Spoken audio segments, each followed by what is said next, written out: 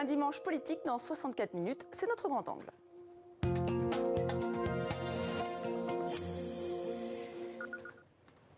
Une semaine marquée par le 49.3, la pénurie de carburant, mais aussi des tentatives de récupération d'un crime barbare.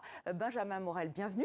Bonjour. Ravi de vous retrouver pour ce dimanche politique. Je rappelle que vous êtes maître de conférences en droit public à l'Université Paris 2 Panthéon-Assas. Alors bien sûr, on va commencer avec l'article 49 alinéa 3, comme vous dites, ce qui est juste. Nous en avions parlé beaucoup la semaine dernière et c'est fait, alors brandi 2 fois en 24 heures. Et la première fois, c'était le 19 octobre 2022. On va écouter la chef du gouvernement. En responsabilité, nous devons donner un budget à notre pays. Les Français attendent de nous de la cohérence, de l'action et des résultats. Aussi, sur le fondement de l'article 49, alinéa 3 de la Constitution, j'engage la responsabilité de mon gouvernement pour la première partie du projet de loi de finances pour 2023. Et voilà, Elisabeth Borne le dit bien, c'est le 49 alinéa 3. Alors un autre a suivi dans la foulée, beaucoup d'autres vont suivre là aussi. Alors, il faut voir qu'en 2008, on a quand même limité le nombre de 49 alinéa 3 qui peuvent être utilisés. Vous n'avez le droit qu'à un texte par session ordinaire. Donc, du 1er octobre jusqu'au 30 juin, on ne devra avoir qu'un texte de loi ordinaire qui passe sous le coup ce 49 alinéa 3. En revanche, vous pouvez l'utiliser en première et en deuxième lecture. C'est un peu technique, mais un texte n'est pas adopté tout de suite. Il est d'abord adopté à l'Assemblée, il part au Sénat. En règle générale, il revient pour une lecture définitive ou pour une deuxième lecture à l'Assemblée nationale. Un texte de 49 alinéa 3. Et ensuite, il y a les textes financiers. Budget, là, on parle d'un budget. PLFSS, budget de la sécurité sociale. On a eu un deuxième 49 alinéa 3 sur un PLFSS. Et donc là, vous en avez potentiellement, donc on a déjà dit 2, ça en fait 4 de plus. Donc vous en avez déjà 8. Ensuite, 6, pardon. Ensuite, vous pouvez avoir des projets de loi de finances rectificatives ou des projets de loi de financement de la sécurité sociale rectificatif. Oui. L'une des idées, ce serait par exemple de faire passer la réforme des retraites sous le sceau d'un projet de loi de financement de la sécurité sociale rectificatif. Ça pose plein de problèmes d'un point de vue juridique, mais c'est une idée qui court. Et donc là, vous pouvez les multiplier. Mais justement, est-ce que c'est tenable ? Nicolas Sarkozy, qui a donné une longue interview aujourd'hui dans le journal du dimanche, prévient Emmanuel Macron est dans la position d'un chasseur qui n'a pas une ressource infinie de munitions. Effectivement, est-ce que c'est tenable, même si c'est ça en majorité absolue ? Alors, il y a le sujet juridique et il y a le sujet politique. Sur le sujet juridique, Nicolas Sarkozy essaye de vendre un petit peu après coup sa réforme. La réforme de 2008, la limitation du 49 alinéa 3, c'est lui. Il faut lui rendre hommage sur ce point. Après, il y a plein de façons de contourner la chose. Vous pouvez avoir un texte attrape-tout dans lequel vous mettez plein de choses. On a parlé des projets de loi de financiers qui ne connaissent pas de limite. Donc déjà, ça peut permettre de faire passer énormément de choses. Et ensuite, c'est un peu technique, mais vous avez des sessions extraordinaires durant l'été. Et là, vous avez une nouvelle session extraordinaire tous les 15 jours. Et donc, vous pouvez mitrailler les 49 alinéa 3 durant l'été. Juridiquement, entre guillemets, on peut s'en sortir. En revanche, politiquement, ça a un coût.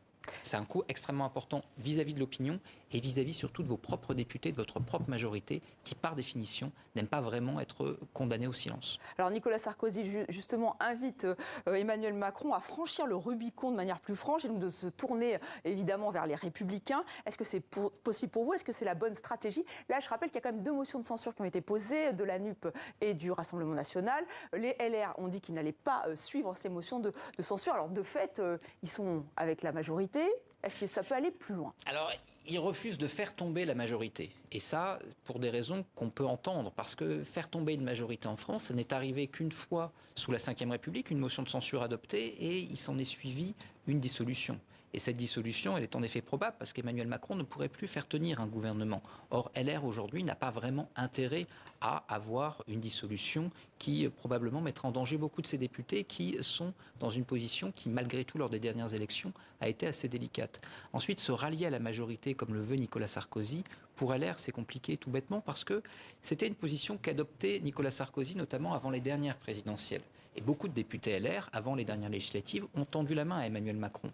En règle générale, Emmanuel Macron n'a pas saisi ses mains et il y a eu des candidats LREM à l'époque contre les députés LR. Ça veut dire quoi ? Ça veut dire que les députés qui aujourd'hui sont les députés LR, eh bien souvent ont été élus malgré justement la majorité, en veuille et ont quelques ressentiments vis-à-vis de cette majorité.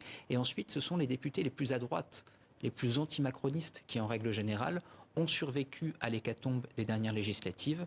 On voit actuellement que les deux tenants d'une éventuelle présidente de LR d'ici quelques mois s'appellent Éric Ciotti, Bruno Retailleau. C'est clairement aujourd'hui la droite du parti LR qui est au pouvoir au sein du parti et qui n'a pas vraiment ni intérêt ni envie de tendre la main de manière structurée à Emmanuel Macron. Et même si Emmanuel Macron leur tend la main, évidemment. Alors on peut remarquer aussi que la popularité d'Emmanuel Macron et d'Elisabeth Borne chute de manière assez importante. C'est un dernier sondage qui est sorti, donc BVA pour RTL et Orange, il est sorti ce vendredi. On va voir les chiffres, 36% d'opinion favorable pour Emmanuel Macron, 41% pour Elisabeth Borne. Comment vous l'expliquez? C'est la pénurie du carburant, les problèmes de coût de la vie? Oui, il y a plusieurs éléments. Il y a des éléments conjoncturaux, il y a des éléments structuraux. Là, très clairement, la pénurie du carburant a posé un problème à Emmanuel Macron et Elisabeth Borne. Parce que cette pénurie, elle tire en réalité plusieurs fils qui, eux, sont structuraux. C'est-à-dire qu'au-delà de la panne qui est conjoncturelle, eh bien, vous avez une question du pouvoir d'achat qui était aggravée et qui, très clairement, aujourd'hui, vient sur le devant de la scène. Et cette problématique de pouvoir d'achat, aujourd'hui, l'exécutif n'a pas vraiment d'outils pour la contrer. Une enquête extrêmement intéressante pour le JDD de cette semaine, c'est le nombre de Français qui veulent une indexation des salaires et des traitements des fonctionnaires sur l'inflation. On est à peu près à 80%, y compris dans l'électorat de la majorité, dans l'électorat LR. Cette mesure-là, le gouvernement ne peut pas s'engager dessus. Pourtant, aujourd'hui, cette problématique devient fondamentalement structurelle. Et ensuite, en disant que, là, le carburant allait être rétabli sans que ce soit tout de suite le cas, Emmanuel Macron a donné le sentiment qu'il y avait une forme d'impotence du politique, d'impotence de l'État.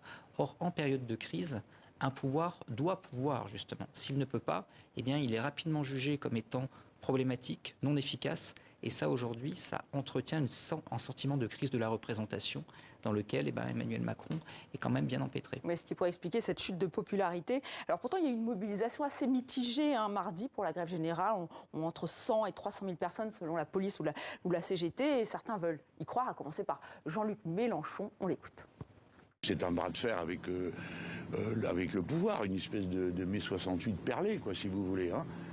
Parce que l'agression est tellement féroce que même les plus indifférents se disent « Ah, mais quand est-ce qu'ils vont s'arrêter ?»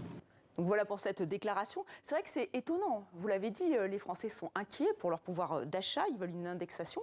Mais dans le même temps, ils ne soutenaient pas vraiment cette journée nationale. 39% à peine selon l'Institut ELAB. Comment l'expliquez-vous? Parce qu'il n'y a pas une politisation de la contestation. C'est-à-dire que cette contestation ne se fait pas pour ou contre Emmanuel Macron. Elle ne se fait pas non plus en faveur de la France insoumise, ni même en faveur de la CGT.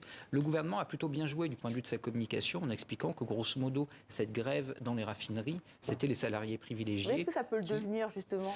Alors, ça peut le devenir. C'est-à-dire qu'une politisation pour et par un parti politique, c'est à ce stade-là excessivement improbable. En revanche, un retour de flamme via une contestation sociale larvée, c'est tout à fait possible. On parlait tout à l'heure de cette enquête sur l'indexation des salaires. Aujourd'hui, vous avez des parties de la population qui ont de plus en plus de mal à joindre les deux bouts, voire qui ont du mal tout bêtement à faire leurs courses et à se nourrir. Dès le moment où vous êtes dans une telle situation, la résignation n'est pas toujours une option. La seule option, ça devient la colère. La colère, elle se manifeste sur les ronds-points et on n'est pas à l'abri soit d'une organisation par les syndicats de la contestation, mais la dernière journée a montré que c'était compliqué, ou d'un mouvement, je dirais, spontané, très très difficilement contrôlable, type Gilets jaunes.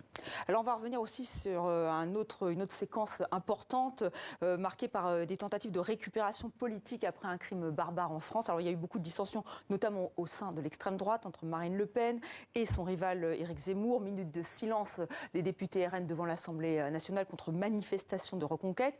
On en est aussi venu parler donc de l'OQTF qui a été remise devant de la scène. Alors on rappelle ce que c'est, l'obligation de quitter le territoire français. La suspecte présumée dans cette affaire était sous le coup de cette obligation. On va écouter Marine Le Pen.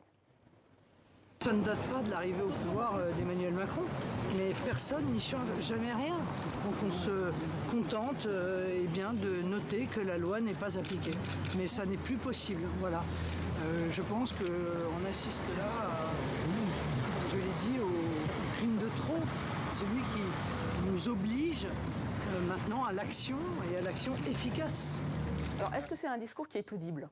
Même si la réalité est là, ce n'est pas souvent respecté, cette OQTF. Alors, il y a deux sujets. C'est-à-dire que, est-ce que les OQTF aujourd'hui ne sont que peu exécutés? La réponse est oui. Et c'est un vrai problème en réalité. Parce que vous pouvez avoir...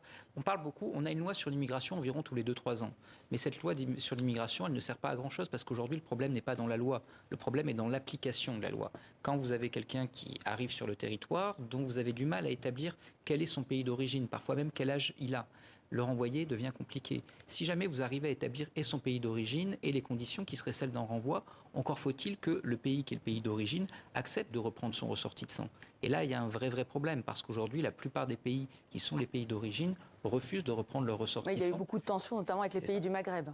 Et notamment avec l'Algérie ces derniers mois. Donc, et la France a des intérêts autres dans ces États, qui fait que le bras de fer est compliqué, parce qu'évidemment, il y a des intérêts culturels, des intérêts économiques, des intérêts qui sont également des intérêts géopolitiques, qui fait que, lutte contre le terrorisme, etc., qui fait que le bras de fer n'a pas lieu. Du coup, les OQTF sont de moins en moins exécutés. Aujourd'hui, on arrive à des chiffres dérisoires, voire ridicules, ce qui, évidemment, ouvre une brèche, une porte pour l'extrême droite. Après, sur ce cas en particulier, la politisation était extrêmement maladroite. C'est pour ça qu'elle tombe un petit peu à côté, parce que le lien entre, d'un côté, la non-exécution de l'OQTF et le meurtre en question est quand même très lointain. Et donc, par ailleurs, les parents refusaient toute récupération politique, ce qui a donné le sentiment d'une sorte de reprise assez peu légitime par un camp politique d'une affaire qui était une affaire qui a touché chaque Français.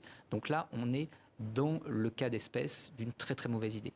On va maintenant venir sur cette visite d'Emmanuel Macron. Il est à Rome, on a vu les images dans les titres tout à l'heure. Alors il doit rencontrer le pape, il vient aussi pour un sommet sur la paix.